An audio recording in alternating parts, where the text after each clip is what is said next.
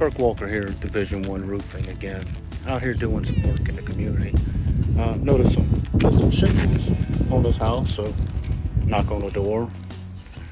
Talked to the homeowner about it. They said, yeah, it happened after the last storm, but the house and every house in the neighborhood, it's only about 3 years old, so I don't think they have anything to worry about. Problem is, your construction companies think that they can save money by putting a 3-tab on.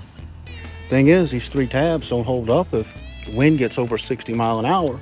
Then you start running into all kind of issues. So from the ground, they can clearly see they're missing some shingles. What they don't see is all the wind damage on the top. See this creasing here? What that means is your shingle's unsealed from the tar. Guess what that means? You're gonna get water damage underneath. It's gonna cause a chain reaction on other shingles. So just create the litany of other problems. So regardless if you got a newer home or not, or missing shingles or not, you have a 3-tab roof and it's experienced wind damage over 60 mile an hour, give us a call.